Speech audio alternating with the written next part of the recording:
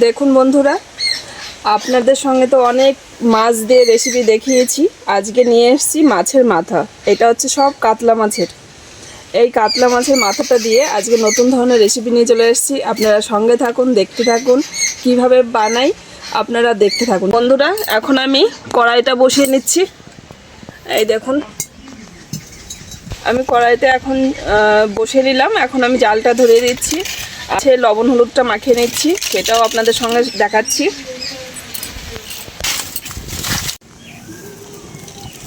একটুখানি আমি গোটা গরম মশলা নিয়েছি।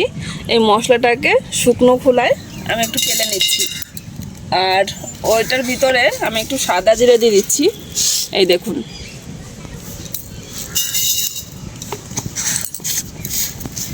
আর দিয়ে দেব এই দেখুন একটু তেজপাতা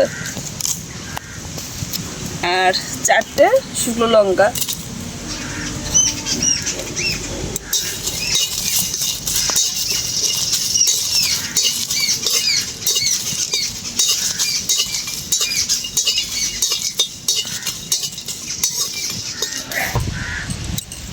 দেখুন বন্ধুরা, আমার ভাজাটা হয়ে গেছে। এখন নামিয়ে নিচ্ছি।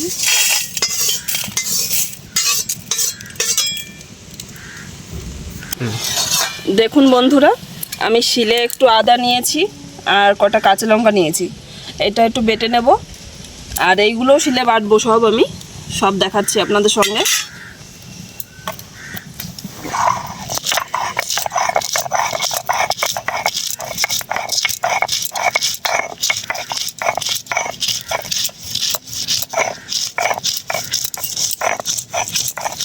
বন্ধুরা, আমি এখন মাছে লবণ হলুদ মাখিয়ে নিচ্ছি, আপনারা দেখতে থাকুন। এই দেখুন, লবণ দিয়ে দিচ্ছি পরিমাণ মতো, তারপরে হলুদ দিয়ে দিচ্ছি,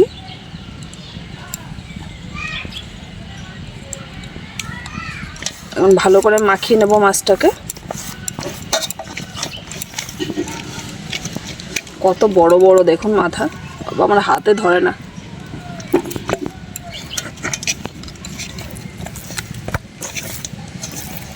মাছের মাথা যে খায় তার বুদ্ধি হয়। মাছের মাথার ভিতরে অনেক বুদ্ধি থাকে। কে কে মাছের মাথা ভালোবাসেন অবশ্যই আমাকে কমেন্ট করে জানাবেন। আমার তো ভীষণ ভালো লাগে। কাচ্চি ঘানি সর্ষের তেল দিয়ে দিচ্ছি এখন।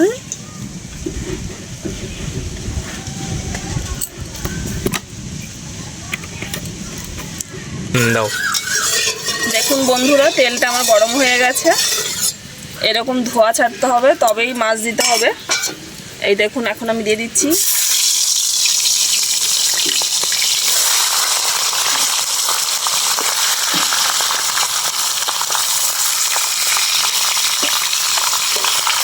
এত বড় বড় মাছের মাথা দেখুন, 3টের বেশি দেওয়া যাচ্ছে না। এত বড় কড়াই নিয়েছি, এর থেকে ছোট কড়াই হলে হতো না। বলুন, এত হাওয়া দিচ্ছে, হাওয়াতে মাথার কাপড়ই রাখতে পারছি না, ঢ্যাপ ঢ্যাপ করে ফেলে দিচ্ছে।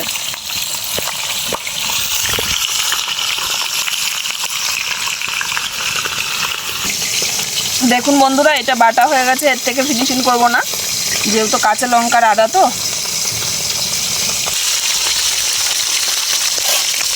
দেখুন বন্ধুরা, আমি এই মশলাটা, ভাজা মশলাটা সব একসঙ্গে বেটে নেব।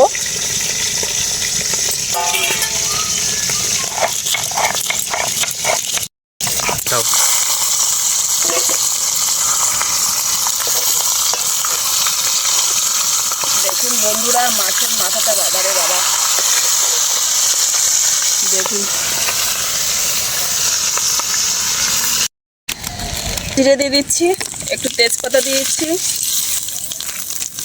আর এই যে লম্বা লম্বা করে আলু কেটে রেখেছি একটা।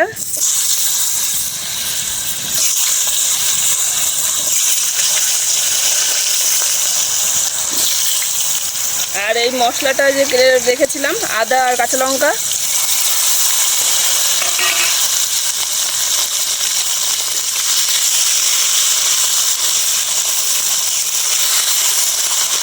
কষানো হোক। হতে হতে চলুন আমাদের বাগান থেকে একটা টমেটো নিয়ে আসি। কাঁচা টমেটো দিলে বেশ দারুণ লাগে, দারুণ।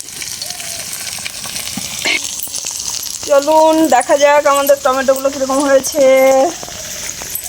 টমেটোগুলো এই দেখুন কি সুন্দর হয়েছে না? আমি বেশি নেব না, মায়া লাগে গো ছিটতে, এইটাই নেব। ভালো করে ধুয়ে নিই।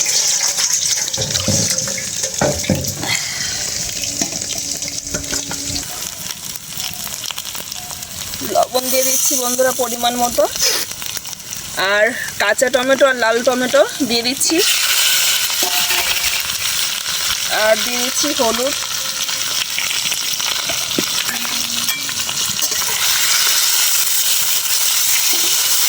দিচ্ছি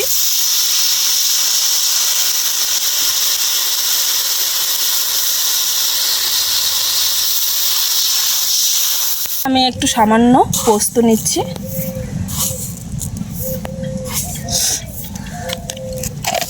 পোস্তটাকেও সুন্দর করে বেটে নেব একদম ফিনিশিং করে।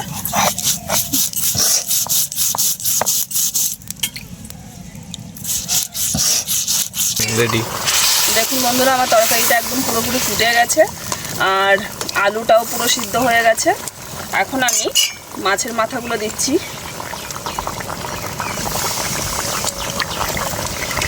মাছের মাথাটা দিয়ে একটুখানি না ফুটলে তো ভালো লাগবে না, আর কাঠের জাল মানে জাল ইয়ে হয়ে যাবে।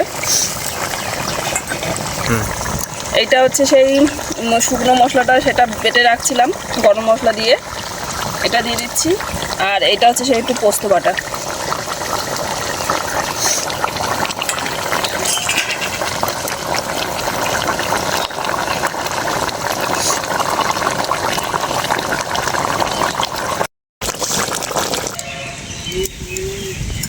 ভালো তো লাগা।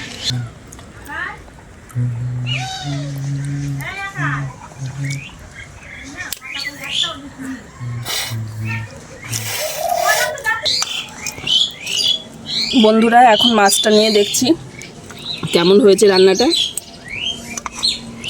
দেখুন কালারটা তো খুব সুন্দর এসছে, দেখুন মাছটা কত সুন্দর, খেয়ে দেখি। দারুণ, খুব টেস্টি হয়েছে রান্নাটা। আপনারা এইভাবে করে খেয়ে দেখবেন, দারুণ হয়েছে। আমার ছেলেকেও দেবো এখন।